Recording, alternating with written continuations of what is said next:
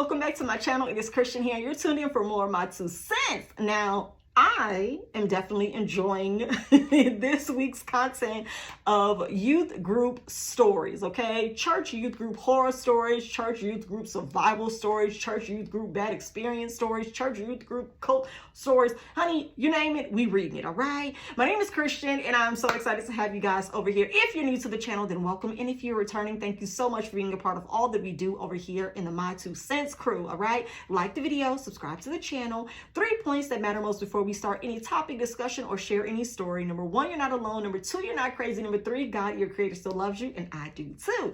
You guys have been sending me in your stories, and I've also been reading some Reddit threads of religious experiences and encounters, and I am enjoying it. I'm definitely enjoying sharing, giving my 2 cents, my opinion, unbiased take, and just either being supportive or just giving my experiences in alignment with what you're sharing.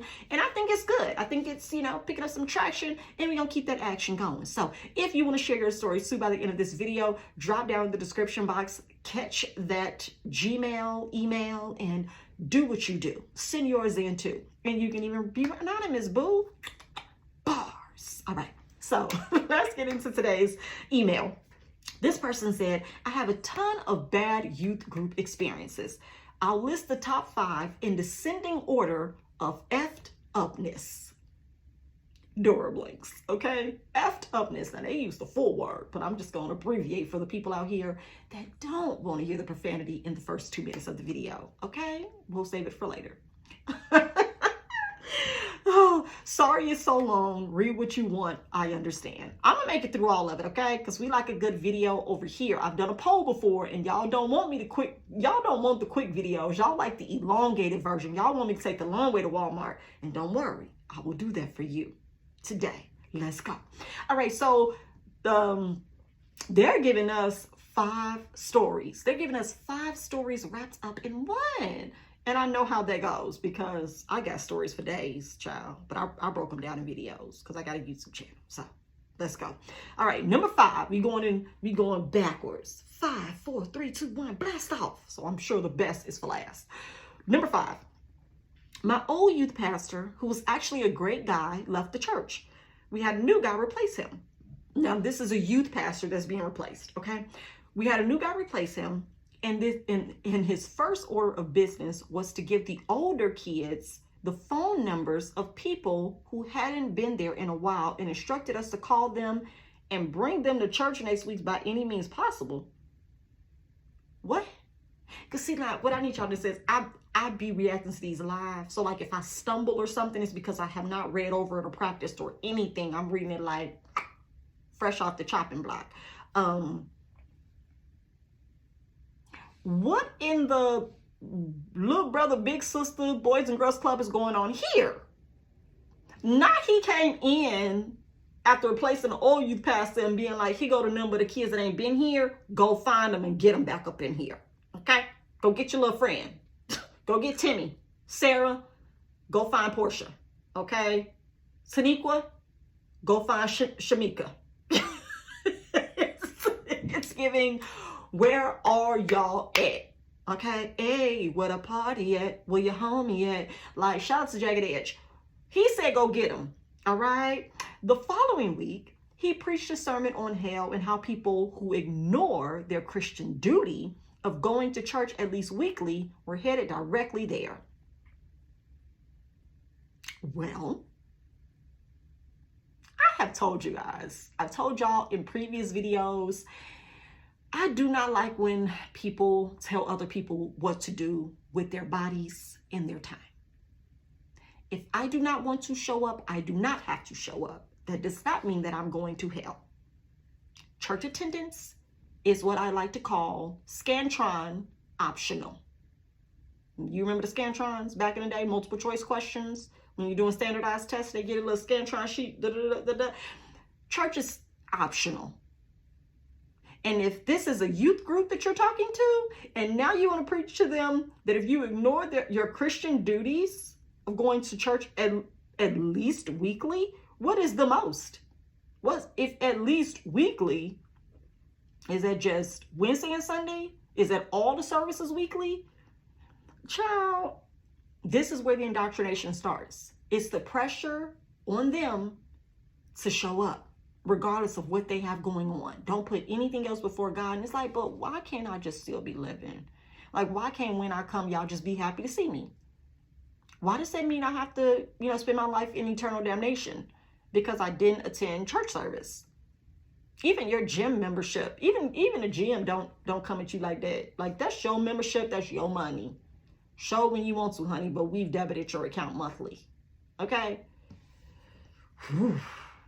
Heavy. So that's number 5. Story number 4. The same youth pastor from number 5 often let people plug their iPods into the stereo system in the gym that we met in before service started. I offered up my iPod one day. I think I may see where this is going. He returned it to me after only playing 2 songs, both completely appropriate. I mostly only listened to Christian rock at that stage in my life anyways, and didn't speak to me for the rest of the service. Okay, so she had put the I mostly listen to Christian rock in parentheses. So let me reread that sentence without the parentheses. I offered up my iPod one day. He returned it to me after only playing 2 songs, both completely appropriately, and didn't speak, both completely appropriate, and didn't speak to me after the service. The next day, he called my mom to report that I had porn on my device. She freaked, but I had no idea what she was talking about.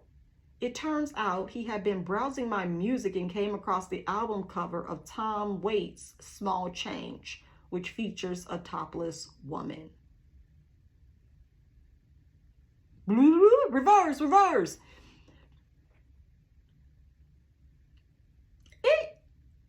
He had been browsing my music for me. Why are you browsing my music? If I hand you my phone and I say, look at this picture, and then I look over and I see you are on another picture due to you swiping, shout out to Swiper from Dora the Explorer, I am going to have to confiscate my phone and your fingertips. Why are you doing that? Don't do that. If sis plugged in her iPod for you to play music for the people, play the music for the people. Let the iPod do the DJing. But no. This youth pastor is already on one from story 5, so young man wanted to proceed to go through your library, okay? Because he wanted to read what you've been listening to, see what you've been, opening your ears and your eye gates up to. I say called your mama the next day talking about something you got porn on your device. Mind the business that saves you. Not mind the business that pays you.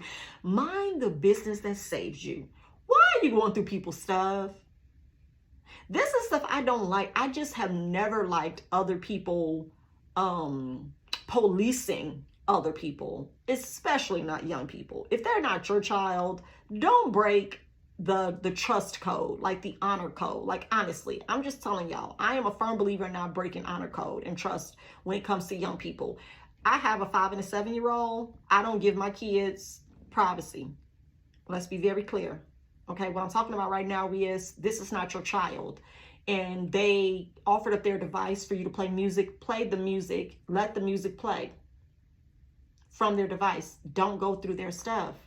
Just don't do that. That's breaking trust and honor, right? And so now this person sharing this story probably didn't trust her youth group leader anymore because you've now called my mom about something that you didn't even ask me about. So if we're talking about building relationship and trust, this would have been the great time for you to pull this person to the side and say, hey, I noticed this picture in your iPod, and I just want to say that maybe this is inappropriate for you to be, viewing. And then that child could have explained, right? Like, this is an album cover. I'm not looking at anything inappropriate, but it's an album cover. I can't choose what they made the album cover. I don't care about the album cover. I like the song. That's relationship, and that's having communication, and that's building trust. So you broke the trust, youth pastor. Shout out to you by trying to be little Jesus Christ Jr. and tell on this person. Fuck out of here. Number 3. Now, I like this breakdown, okay? I like the different samples and examples of what has gone down in your youth ministry growing up. Thank you for sharing like this. Number 3, there was a couple in youth group, both well-rounded, mature people.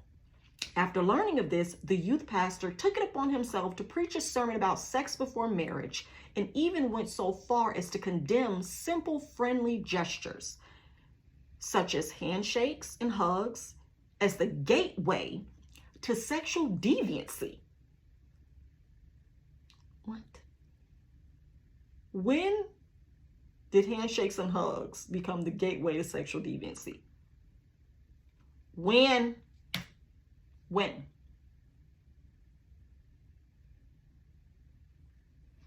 He gave out a worksheet to only the girls that showed us how to properly cover ourselves. He gave out a worksheet to only the girls that showed us how to properly cover ourselves, complete with a checklist that had Bible verses to back it up. I believe the worksheet was called Ladies, Check Your 5 Things. After service, the high school kids usually went to Chick-fil-A. Now, this had to be youth night, maybe Wednesday or Friday, because child, it definitely wasn't Sunday, because Chick-fil-A been closed on Sunday. You, my Chick-fil-A, closed on Sunday. You, my number 1 with the lemonade. Shout out to Kanye. Check out Chick-fil-A on Sunday service, first worship album. It's pretty good. Okay, a fellow member approached the couple and pointed out how the girl didn't check her 5 things this morning and proceeded to call her a whore. Oh, y'all, I might have to start reading these stories just so I can prepare myself, okay? Called her a whore. The girl told the youth pastor the next week, and he basically said, well, you are, so... I'm done. I'm gonna let sis share story 2 and 1. I'm gonna let Harafe share the other 2. I'm gonna head out. I'm about to head out. What? There is so much in this story that I want to expound upon. I just don't know if I have the time. I'm 12 minutes in. I got the time. All right. Let's start with, he preached a sermon about sex before marriage and even went so far as to condemn simple friendly gestures such as handshakes and hugs as the gateway to sexual deviancy. Let's start there. Number 1, that is not the gateway to sexual deviancy. Handshakes and hugs, that ain't it. That ain't it. Okay, now I do get that we might have, you know, a step back, you're dancing kind of close, feel a little poke coming through on you. Now I get that we may have a little black streak going on, okay?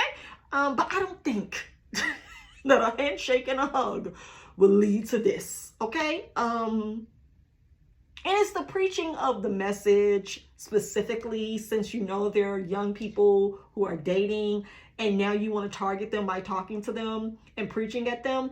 This is a big problem in big people church. So to hear it was happening back there in youth ministry, I'm glad to hear that we're not the only ones getting tapped on our foreheads in regular church. Pastors do this, where they frame their message around things they've seen or heard going on in the ministry. I do not like that. Please get up there and preach a sermon that is not targeted at anyone specifically. Or if you want to talk about dating and relationships and how to do it purely and to make sure that you aren't mistreating or abusing anyone emotionally or mentally, do that. Right? If you want to talk about being chaste and what that looks like if you are saving yourself until marriage, do that. Teach those values and instill those principles if that's what you want to do. But don't pinpoint people specifically and say things like handshakes and hugs are the gateway to sexual deviancy, because I've hugged and shaken hands with a lot of people and it ain't never led to me wanting or actually acting sexually with them or anyone else. Next, he gave out a worksheet to only the girls that showed us how to properly cover ourselves. Now it's the checklist for me, and the check your five, what is it? Ladies, check your 5 things. I don't know what the 5 things are, but let's just go out on a whim and say, check your dress, your skirt, right? Check your shirt, your blouse, right? I don't know, what else could it be? Check your shoes, check your boobs, check your lips, check your hips. What are we checking? What are the 5 things that these young ladies needed to check versus the boys in the youth group? What did they need to check? Nothing. This is when the sexist, misogynistic pop out, right? The misogynists pop out because you're now telling women to check something and men have no checklist. The boys have no accountability or responsibility. I also did a video a while ago about women dressing a certain way in church. Again, it's always put on women to cover up, to not cause men to look upon you in a lustful way, lest they have to pluck their eyes out. It's always the pressure, big P, to have you correct yourself so that he won't fall. How about you fall into a ditch and he come with you?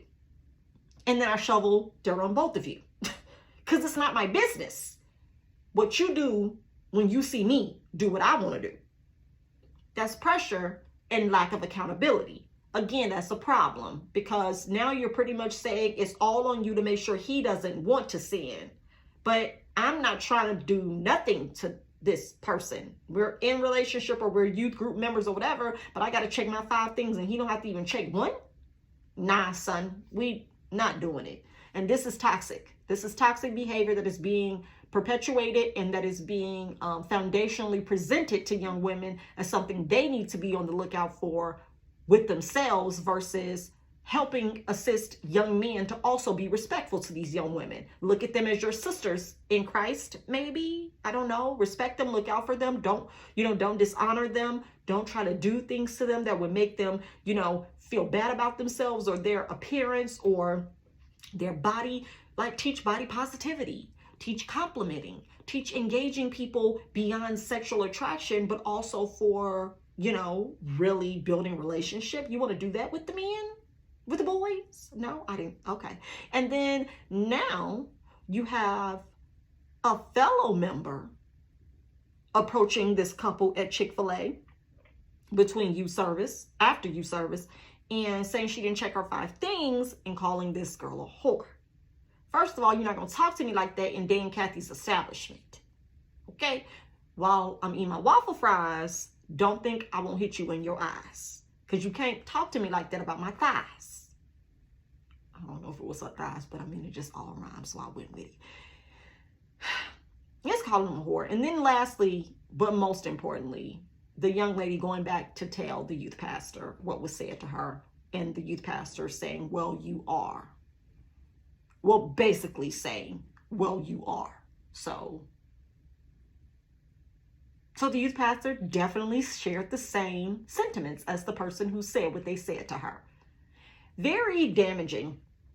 And y'all, this be the stuff where people don't be wanting to F with church. Kids. This stuff happens in youth groups and then they grow up to be adults and they don't want to F with mainstream ministry. They don't want to be in the big sanctuary because just in the back there, in the back, they being disrespected, right? They're being belittled. They're being made to feel as if though they're just so wrong, and even their childhood choices and learning, their learning experiences are being used against them. And they're very impressionable. And this is very unfortunate. But please find a 5 things list for young boys too. Because young girls aren't the only one. Actually, don't find a list for nobody.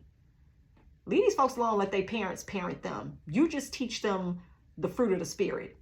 Love, joy, peace, and patience, kindness, goodness, faithfulness, gentleness, and self-control. These are the fruit of the spirit. These are the fruit of the spirit. Teach those and send these kids back to the front. Okay, number 2. There was a 5-week series of sermons to preach to us called Religions of the World, in which he gave us fabricated information regarding every religion and at the end gave a verdict on whether or not they'd go to hell. It covered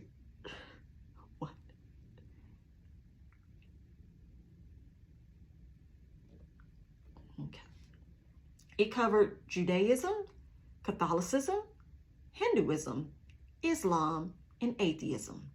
Our pastor damned the following people to hell: Albert Einstein, the Dalai Lama, Mother Teresa, the Pope, anyone named Muhammad.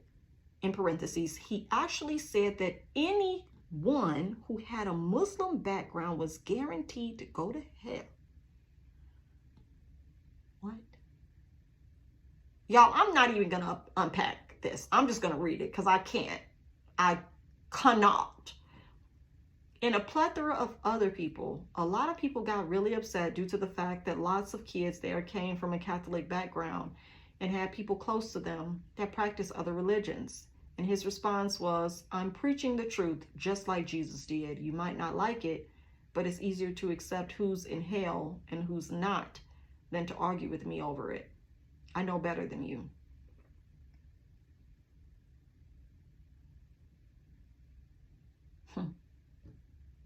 All right, well, that'll do it. Just gonna go down a list of other religions, huh? And condemn them all to hell. Where do you think you fall on the list? Just asking for me. Not a friend. I am the friend. I'm asking for her. Where do you think you fall on the list? Like as a Christian. I have not practiced or studied any other religion other than Christianity. But let me tell you, I really do not think that all of the other religions believe the way that Christians believe. That everybody else is going somewhere very bad because they don't believe like they do. I think that Christianity might be one of the most isolating religions. Like it's a bad girls club. Like you can't get in unless you do X, Y, and Z. It's giving very strong, we don't want you if you don't fit these requirements. Now, definitely there are standards and values that other religions have that you have to follow. Like I definitely get that, not disputing that at all. But it's just like for Christianity, they do not mind telling other people what their portion will not be if they do not believe the way that they do. Christians do not mind going ham, okay? Hard as a mother. They go hard in the paint for their beliefs, and they are very blatant about where you're going for not believing like they do. And this is very, very dangerous to be telling children who have to engage with other people from other religious backgrounds and beliefs and making them ostracize them or saying these kind of toxic things to make them then either change their view on those people or those religions and start feeling as if though they need to convert those people. Watch your children. If you sending them in the back for youth ministry, but then again, if he's in the back teaching this, so no, don't watch your kids. Because if he's in the back teaching this, I can only imagine what the pastor's in the front teaching. And this is brought to you by Common Sense. Next up, the last story, number 1. Our youth group held a Q&A day where our pastor would answer any question about Christianity. He handed out flyers at local high schools. Why was he doing that? And encouraged all of the members to bring their friends and be ready to ask the tough questions. Lots of questions were asked, but the one that really pissed me off, I love when people get pissed, honey, and a lot of other people in parentheses, was when someone asked about homosexuality in relation to Christianity. His response was, guys, that's disgusting. You don't know how angry that makes God to see his children doing such terrible things. He gave you these beautiful people of the opposite sex to match you perfectly. And you want to date people that are just like you? That's just selfish. When prodded to elaborate on his views, he shut down the session completely. These are just a few stories. Girl, you did a grand job with explaining and breaking down the 5. We understand who he is. Drop his name in the comments. I want to make sure, no, don't do that. I'm just playing, okay? But if you want to email it to me so I can look up his social medias if he's still youth grouping it. Or maybe not, because you're probably grown now and you share these stories post youth group. But my point is, this person should not have influence and leadership over impressionable minds of youth. I'm just saying, he shouldn't. And it's a lot of problems there to unpack, but I've unpacked enough in 25 minutes. And I just want to say that this last point, this last story with the homosexuality and saying that it's just selfish and that God gave you all these people of the opposite sex that you match perfectly with, why would you want to be doing things with the person that is just like you? You have to understand that your ignorance is dangerous in a room full of impressionable teenagers or young people who are going through real life transitions or real life concerns or real life, I don't want to say exploration, but like really coming into their own of what they're interested in, what they want. And instead of just saying, don't do it, God really hates that really makes God angry.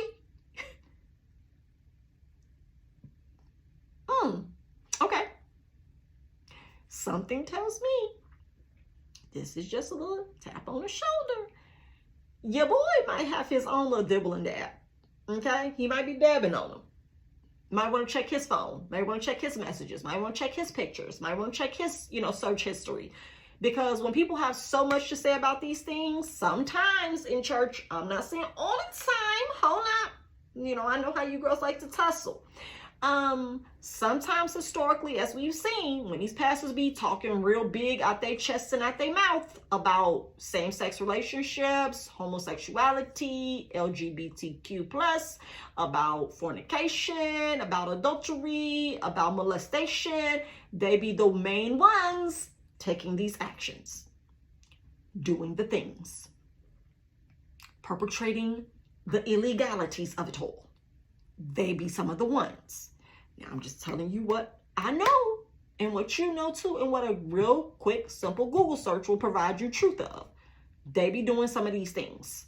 Go check out Dawson Speaks on YouTube TV, not YouTube TV, but go check out Dawson Speaks. He has an entire catalog, playlist, all his videos exposing these pastors, these ministers, these evangelists, these prophets, all of these people in church who are getting handcuffed, who are in jail, who are facing time, who have unalived themselves once they've been discovered, who have been putting their hands on molesting children in homosexual relationships, caught on camera, on OnlyFans, and they also have video footage of them denouncing it and preaching against it.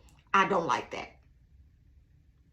That's dangerous and it's dumb. You want to know, and this is going to be my last point before I close out this video. It's amazing how you can be a young person and hear these things and you're trying to navigate if it's right or wrong, and you probably don't even care, right, to be honest with you. So you never continue the conversation when you get home with your parents. And this is a main point for me with sharing these stories, is to open your mind as an adult to what is going on around you. When you were a kid, you didn't know. You didn't know. And even as an adult now, you don't even think back on the things you experienced as problematic. And you won't go back and talk to your parent about it because you're grown, they're grown, you've moved on. But now that you may have children or you may be in a leadership position, try to be cognizant of the fact that these are impressionable spirits and impressionable minds who are taking your word for it. They don't know how to think about it, so they're now taking on your views and opinions of it. And the danger in that is that they don't have a sounding board to actually filter it through. So with him saying all the things that he said about, the 5 checklists, 5 points checklist for girls, the handshakes and the hugs, the dating, the sex before marriage, the go call your friend that you ain't seen in a long time and bring them to church at all costs, accusing you of having porn on your phone for, picture of a topless person on an album cover. And now the LGBTQ plus hate, hate speech. Let's say that, hate speech. All of these are topics that you should be able to question after you've talked about it with this person. Like, if you've heard it here, I'm going to go home and talk to my parents about it. I'm going to go home and mention someone. I'm like, you know, youth pastor such and such, or minister such and such said this about this. And then hopefully your parents would expound upon it. And now that you are an adult and you're watching this video, think about it like this. Are you cultivating an environment where things like this can be talked about and expounded upon in a safe way, in an unbiased way, in a non-judgmental way, not in a I told you so way? Well, not I told you so, but do as I say and not as I do way, or just don't do it because it's a sin. Because this is a problem. When he was pressed on his views, he shut the session down. So it's I said what I said, and like Candy said, I heard what you said, and what you said was some bullshit. Like, you can't just say what you want to say and then nobody can question you. That's what religion does. Hear me, don't speak. Right? Receive what I say, go do it. Right? I'm the messenger, don't question it. Same thing right here from the beginning. This is the beginning foundation of people not having their own thoughts. Take my beliefs and my thoughts and make them your own. Stand on my word. That's why I say, like, when people be like, the Bible is God's infallible truth. No, it's not. No, it's not. The Bible is man's unlimited resource to move all kinds of verbiage, context, and pieces around to make it fit their narrative and what they want you to accept for that sermon. And it's dangerous. It's very dangerous when you see it taking place in, you know, youth settings like this. So, yeah, there you have it. We have another youth encounter that is giving very much toxic and disrespectful, and it's sad. It's very sad, but I appreciate you for sharing that. So the video has been a little bit longer, but I've enjoyed the 5 stories that we got just in one. So thank you guys so much. If you've enjoyed the video, like it, subscribe to the channel. I love to add you to my 2 cents crew. And if you would love to share your story time, it doesn't matter how long it is or how short it is, I will definitely add commentary to it, honey, to give it and make it do what it do, baby. Okay? We would love to hear from you. Drop down in the description box below, get the email address, and go ahead and send me an email, and I will get to it and make a video for you. All right? Hey, when I see that little furry, you know, my face. Until next time, I'll see you guys in the next video. Take care. Bye.